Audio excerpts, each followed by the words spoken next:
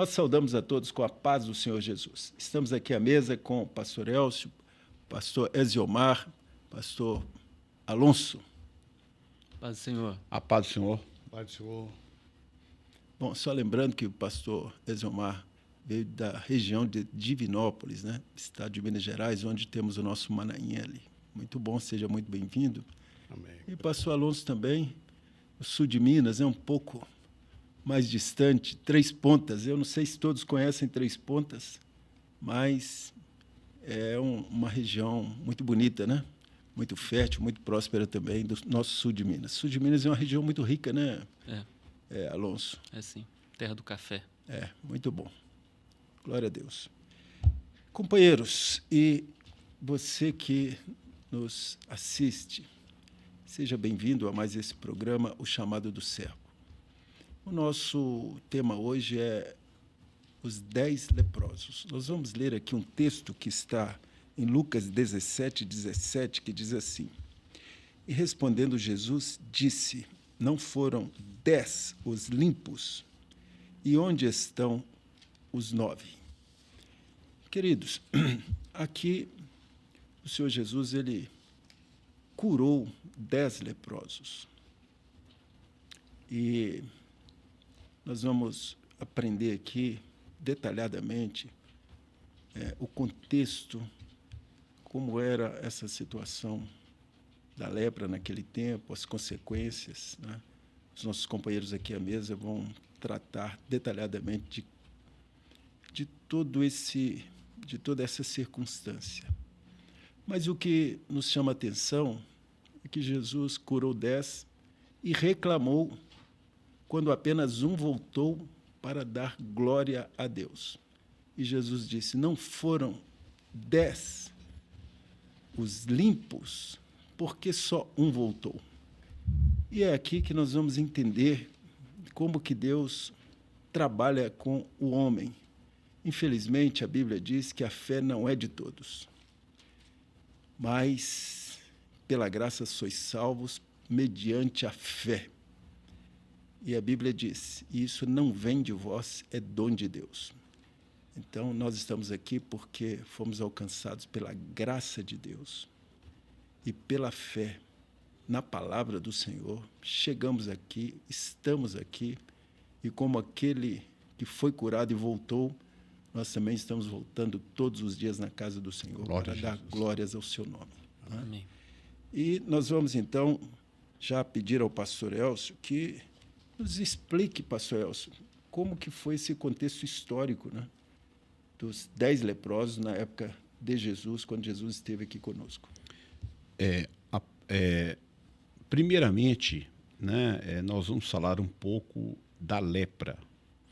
A lepra, ou hanseníase, era uma doença incurável nos dias de Jesus. Hoje tem cura, graças a Deus. E interessante que a lepra, ela tem algumas características, aquilo que ela faz, né, com o doente. A primeira coisa, um primeiro sinal de lepra, é a insensibilidade. Então a pessoa perde a insensibilidade, perde a sensibilidade nos dedos, às vezes numa outra parte do corpo. Então a pessoa pode se espetar, inclusive os médicos fazem esse teste, né? Eles pegam uma agulha na ponta do dedo ali para ver se a pessoa tem sensibilidade ou não. Às vezes a pessoa pode até se queimar e não sentir dor, insensibilidade. A segunda coisa é que, nas suas formas mais graves, a lepra deforma a pessoa. Então, ele pode perder a ponta dos dedos, né, que caem, a ponta do nariz, a ponta das orelhas, então acaba deformando a pessoa. E a terceira coisa, por ser altamente contagiosa, ela afasta a pessoa do convívio social. Qual é o aspecto espiritual disto, né? E a lepra na Bíblia, ela é tipo do pecado, ela simboliza o pecado. Por que, né, a lepra é símbolo do pecado, tipo do pecado na Bíblia? Porque o o pecado torna um homem insensível com relação às coisas de Deus. A segunda coisa, o pecado deforma a vida do homem. Deforma a vida moral, deforma a sua família, vai deformando todos os aspectos, né, da sua vida, vai destruindo. E a terceira coisa, assim como a lepra afasta as pessoas do convívio social, o pecado afasta a pessoa de Deus. Então, a Bíblia fala que o pecado é um muro de separação entre o homem e Deus. O interessante, companheiros, é que quem declarava se a pessoa tinha lepra ou não era o sacerdote. Existiam médicos nos dias de Jesus, mas acontece que quem declarava, né, lá em Israel, desde os tempos da lei, quem declarava se a pessoa estava leprosa ou não era exatamente o sacerdote. E isso tem um significado espiritual interessante. Por quê? Porque é muito comum, às vezes, é muito comum nos dias de hoje a gente ver cada pessoa tem um conceito de pecado. Ah, eu acho isso errado. O outro, não, eu acho isso certo. O que é errado para um é certo para o outro. Então, existe a relativização, né, do pecado. Né? Então, tudo é relativo. Eu falando, você acha isso, mas eu acho. Eu não acho, pronto, está resolvido. Então, mas acontece que quando se fala de pecado, aquilo que agrada ou não agrada a Deus, então quem vai declarar, quem vai falar o que é certo, o que é errado diante de Deus, não é o homem, né? Não é A, não é B, não é C, não. Quem declara o que é pecado e o que não é pecado é o próprio Deus, é o próprio Senhor Jesus. Então, o sacerdote, ele era, né, ele é que declarava, né, se a pessoa estava enferma ou se a pessoa estava limpa, estava completamente curada. E é o Senhor Jesus, né? Ele é quem cura as pessoas, é ele que pode realmente declarar, né, que o homem está limpo do pecado. Inclusive, a Bíblia diz que quem convence o homem do pecado, da justiça e do juízo, que todos três, né? O juízo, porque o juízo é de Deus também, né? Então, quem convence o homem do pecado, da justiça e do juízo é o Espírito Santo. Exatamente. Então, não é o pastor que vai dizer que a pessoa está em pecado, que não está. Não é o filósofo que vai dizer. Não são pessoas, né? Então, é o Espírito Santo. E isso é fundamental. Porque, às vezes, o Espírito Santo cobra de num certo momento, o mesmo problema que o outro tem. Eu já observei isso. Aí você tem um problema, eu tenho o mesmo problema. Mas ele pode cobrar de você numa época e pode cobrar de mim em outra época. Mas quem vai cobrar é ele. É ele que sabe a maneira que precisamos andar na presença dele. E ele que também nos liberta, né? O Espírito, a palavra de Deus diz que conhecereis a verdade e a verdade vos libertará. Liberta do pecado. Porque o homem não consegue se livrar do pecado sozinho. Por isso que Jesus curou, né? Verdade. O leproso. Então, às vezes, a pessoa vem, pede perdão, o Senhor perdoa, limpa, purifica, mas ele volta para lá. Mas teve um que não voltou para lá, não, né? Ele ficou perto de Jesus. E o segredo é ficar perto de Jesus. Glória a Deus. Pastor Exomar, inclusive, nosso tema principal sobre o chamado do servo é mostrar que no processo, no projeto de salvação, né, existe o ato e o processo. Ou seja, Deus elege o homem, Deus chama o homem, tem um tempo que ele toma conhecimento que ele foi eleito, foi o dia do seu chamado, e depois ele escolhe ou não andar com o Senhor. Foi o que aconteceu aqui, né? Sim. Como que nós podemos entender melhor isso aqui na experiência dos 10 leprosos? Amém. É importante, né, companheiros, e a você que nos assiste, que nos ouve, que o Senhor, pela sua graça, pelo seu amor, Ele pode operar uma cura, uma resposta de uma oração, uma porta que se abre, algo no aspecto seja físico, seja material, mas nós não podemos confundir isso com salvação.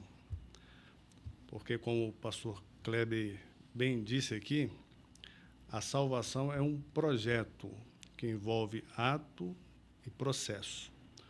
No ato está a soberania de Deus, onde há a eleição, em que nós vemos a figura do Pai, eleito segundo a presciência de Deus Pai, e em dado momento da vida, Jesus se revela alcançando o homem, que é o Filho, né? O Filho se revela alcançando o homem, selando ali o chamado para a salvação, e a partir daí, então, inicia-se um processo que é em santificação no Espírito Santo. No caso dos 10 leprosos, eles tinham uma necessidade, todos eles, que era uma enfermidade, vencer uma enfermidade difícil à época, que não tinha cura, e todos eles receberam a cura física, mas somente um foi que voltou. E nós vemos aqui exatamente esse que voltou foi também o único que ouviu Jesus dizer para ele: a tua fé te salvou. Glória a Deus. Jesus não disse para ele: a tua fé te curou. Os outros ficaram somente com a cura. Mas esse que voltou, ele ouviu Jesus dizer para ele: a tua fé te salvou. Glória a Deus. Ele recebeu a cura da alma. Ele recebeu algo no seu interior, além do que aqueles outros tinham recebido. Fisicamente, interessante, né? Fisicamente, se olhasse após a cura, todos eles estavam iguais. Mas o interior, havia uma gratidão.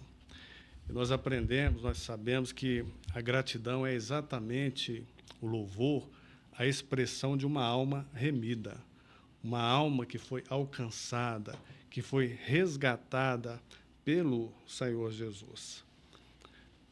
Aquele que voltou, ele não se limitou simplesmente à bênção, mas ele desejou estar junto ao abençoador. Não é? No processo da salvação, nós entendemos, o servo, no seu chamado, entende algo maravilhoso, que nós precisamos estar junto ao abençoador. Glória a Deus. Porque é dele que vem o sustento, a provisão, a nossa alma é alimentada, a nossa fé ela é nutrida, ele desejou. Eu queria concluir aqui, se me permitem, citando 2 versículos da palavra, rapidamente.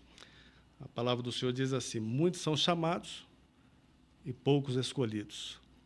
Então, isso nós vemos aqui, se aplica de certa forma, né? Numa proporção 10, 9, somente um voltou. E a palavra diz ainda: pela graça sois salvos. A graça, o ato, a soberania de Deus, por meio da fé, processo. Porque o processo da salvação é uma jornada de fé, exatamente. O exercício da fé. O exercício da fé. Isso depende do esforço humano, né? E dele buscar o Senhor, dele vir a Jesus, o ato dele voltar, vir a Jesus. Sim. Esse empenho é um exercício de fé. Sim. Muito bom. Há um detalhe interessante no ele voltar. Sim. Porque Jesus falou assim: ide e apresentai-vos ao sacerdote. Todos eles foram. E quando eles foram até curados no caminho e, por certo, se apresentaram ao sacerdote. Mas Jesus, ele não falou. Depois que vocês se apresentarem ao sacerdote, vocês vão voltar. Ele não falou essa parte. Mandou só ir lá. Só falou ide apresentar ao sacerdote. Mas acontece que tem um versículo da Bíblia que fala assim: os que são guiados pelo Espírito de Deus, estes são filhos de Deus. Os 9 que ficaram só com a bênção material, física ali, da cura, eles foram para outras bandas, foram seguir o seu caminho. Mas aquele foi guiado pelo Espírito de Deus, ele voltou ali para glorificar ao Senhor. Glória a Deus. É. Bem, pastor Alonso, nós temos também um aspecto profético desse encontro, né? E certamente, o que é que você preparou aí para o nosso ensinamento nessa tarde? O primeiro aspecto é que a Bíblia diz assim: a alma que pecar, essa morrerá. Aqui, no aspecto profético, essa enfermidade era uma enfermidade da alma, de uma alma que se distanciou de Deus, de uma alma que nasceu para ser eterna, mas que estava perecendo. E, ao mesmo tempo, nós vemos João Batista, quando ele vê Jesus, ele aponta e diz assim: eis o Cordeiro de Deus que tira o pecado do mundo. Aqui nós vemos a clareza da graça de Jesus sendo manifesta, porque em Jesus há perdão dos pecados. Em Jesus a misericórdia do Senhor se revela ao homem. Ele restaura almas. Um aspecto muito belo, até o pastor Elcio comentou, é que indo eles foram curados.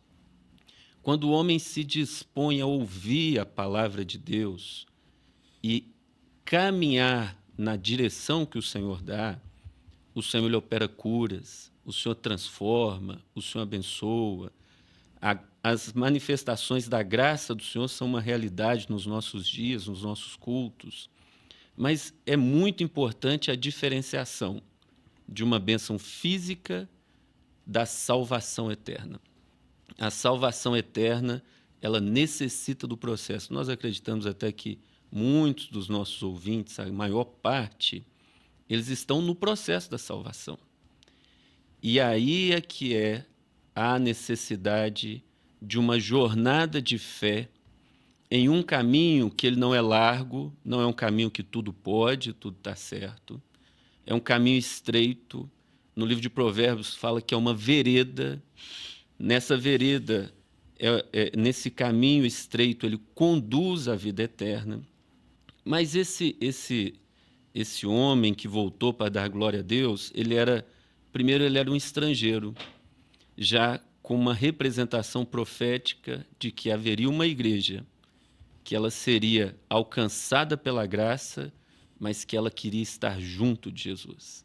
Fala da igreja gentílica, e nós temos esse benefício, cada culto, cada dia, cada momento de oração, de nós termos essa intimidade com Jesus. Quando ele chegou, quando ele voltou, então voltar é a comunhão restaurada. A palavra diz que ele voltou glorificando a Deus em alta voz. Há um testemunho que é dado dessa bênção, dessa maravilha do Senhor, o testemunho da salvação e a gratidão. Nós vivemos dias que o natural é ingratidão, até no convívio social, familiar, do homem em si. Mas o Espírito Santo gera na alma dos servos e servas do Senhor uma gratidão a Ele, uma expressão da alma, um desejo de agradecer a Ele. E ele caiu aos pés de Jesus. É outra posição de humildade. Ele glorificava o Senhor aos pés de Jesus. E a palavra diz que Jesus falou para ele 3 coisas. Levanta-te. A primeira coisa é o Senhor, a palavra diz assim: põe-te de pé e falarei contigo. Então, é uma posição para caminhar. Agora você tem uma jornada. Você foi chamado, você voltou, agora você vai andar num caminho. Levanta-te, vai. E a palavra do Senhor diz assim: disse-lhe Jesus, eu sou o caminho, a verdade e a vida. A jornada nesse caminho, que é uma jornada de fé. Nós queremos encerrar esse comentário dizendo uma coisa. Muitos vêm, e muitos de nós viemos para a igreja com necessidades físicas, vários aspectos, familiar, financeira, profissional, saúde. Muitos de nós viemos em busca de uma solução assim. Mas queríamos dizer que Jesus tem para você não é só uma cura física, porque a cura, você é curado hoje, amanhã pode ter outra enfermidade. Jesus tem para você uma jornada de curas. de vitórias, de livramentos. E ao final dessa jornada, a vida eterna. Jesus não tem para você uma bênção, ele tem uma vida de bênçãos. Ele não tem uma resposta, ele tem uma jornada de resposta para a sua vida. Assim, tem mais uma coisa, companheiros, importante, que se a gente puder caracterizar o pecador, vamos tentar qualificar ou caracterizar. O leproso era a pior situação, né? Porque o pastor Elcio bem colocou aqui, deformação completa. Fica muito feio, né? É uma coisa muito desagradável. E além desse aspecto físico, ele também era separado da sociedade, que era o pior. Ele não podia conviver com os familiares, com ninguém, com os vizinhos. Ele tinha que ficar fora da sociedade. Então... Ele não podia entrar no templo. Ele estava afastado de tudo.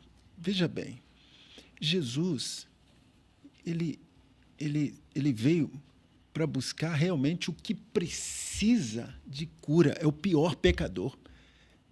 Às vezes a pessoa pensa assim, mas Deus não vai me receber. Vai. O leproso era a pior das piores espécies de característica de pecado. Né? Não é de enfermidade, né? É de enfermidade. Que é tipo do pecado. Exatamente.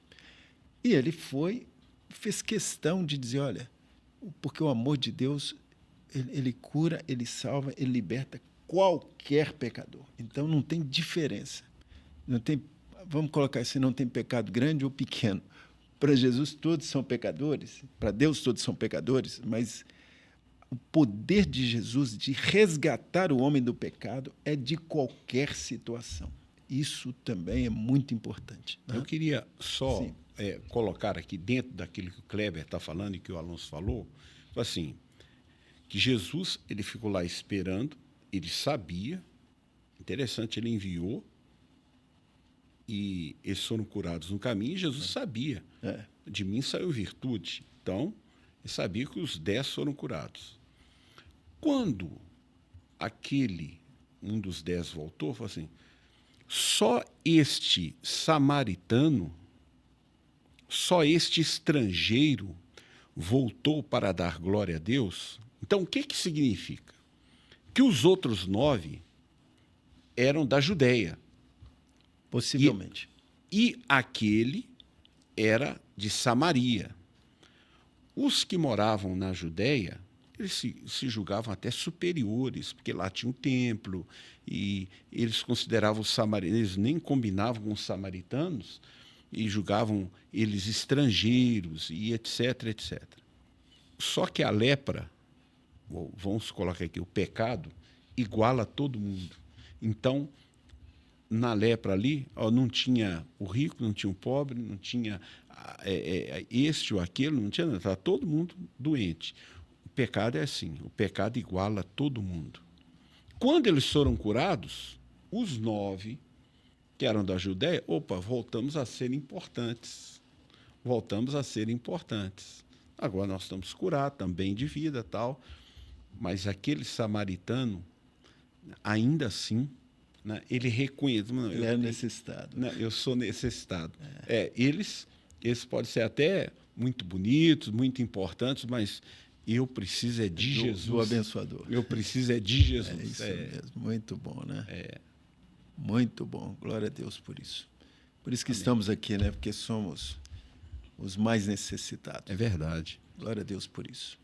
E assim chegamos, né, ao final de mais esse episódio. Mas a nossa programação continua, né? Temos a nossa programação extensa aí na TV Manaim. E você é muito bem-vindo. Assim, despedimos de você e de toda a mesa aqui, dos companheiros, com a paz do Senhor Jesus. Amém. Amém. A paz do Senhor. Paz do Senhor.